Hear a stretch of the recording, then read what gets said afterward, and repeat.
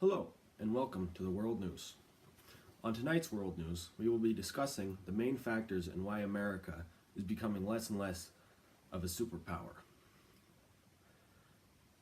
We will be discussing the obesity epidemic and the flawed American education system. The National Institute of Diabetes and Digestive and Kidney Disease performed a survey in 2009 through 2010 and found that more than 1 in 3 adults are considered obese in the United States, and 1 in 20 adults are considered extremely obese.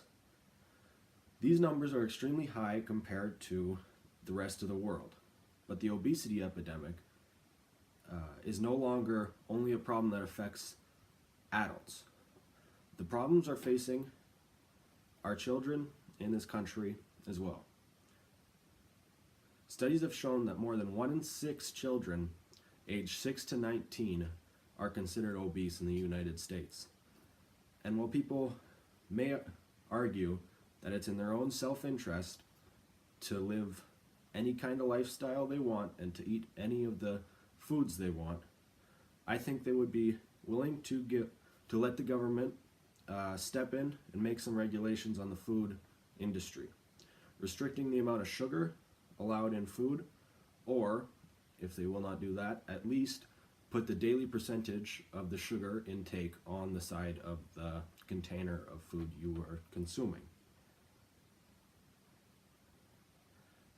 One such product that I believe should have it, an example of putting the daily amount of sugar on the side of a package would be on Coca-Cola. A single can of Coca-Cola contains 35 grams of sugar. The American Heart Association only recommends 37.5 grams of sugar per adult male.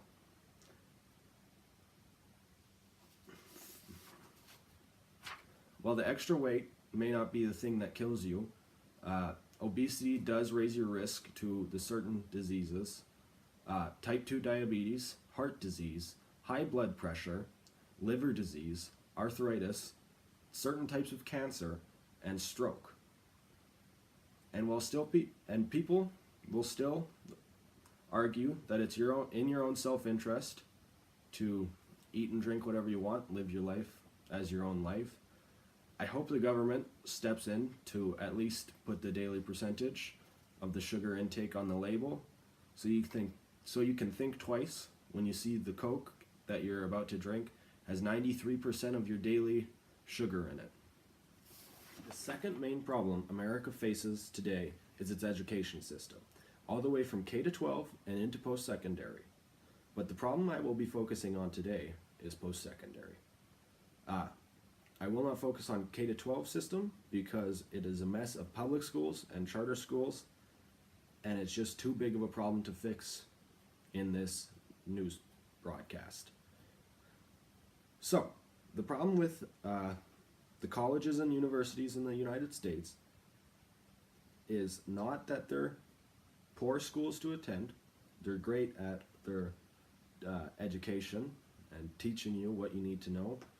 They have some of the top schools in the world, like Harvard, Stanford, Yale, and that's just 3 out of many. But all of these schools have very, very high tuitions that are impossible for the average person to afford. And you may think, well, if you're going there, you might get a scholarship. But even regular universities and colleges are very expensive to attend.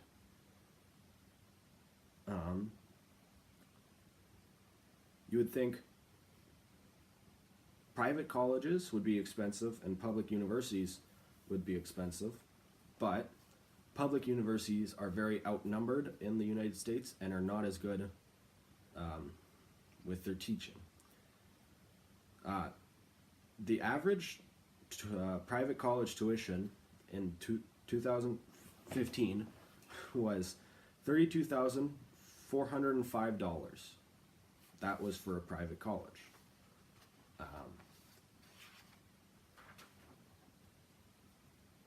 And since most post-secondaries in the United States are private colleges, that's the tuition that most people are paying. And since $32,000 is a lot of money for your average household, lots of times people cannot afford to pay for university themselves. So they take things called student loans. Student loans are just a way of going to the bank and getting a loan so you can pay for tuition and other problems and other money you might need to pay during university. The Wall Street Journal found that in 2015, over 70% of students graduating with a bachelor's degree from a post-secondary institution will be paying a student loan. And the average those 70% of students are paying is around $35,000. And in total, in 2015, the total education debt from both students and parents taking out student loans for their child's education was nearly $68 billion. And what are we supposed to do about that? Well, since the private colleges are run as a business, they're allowed to charge whatever tuition they want to charge, whatever they think they're worth.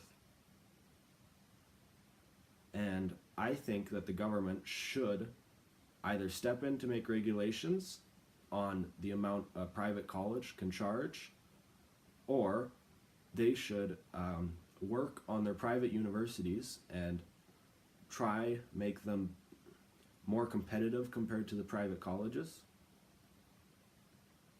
so that more people will attend them and have less tuition to pay, and that will cause the private colleges to lower their tuition to get people to come back to them. That is my solution to making the education system better in the United States. I would say that both of my solutions are to make America great again would be on the more collectivist side of the spectrum, because I am telling the government to put regulations onto businesses like the food industry and the private colleges to allow people to understand what they're eating and putting in their body, and to allow university to be less expensive for the majority of people.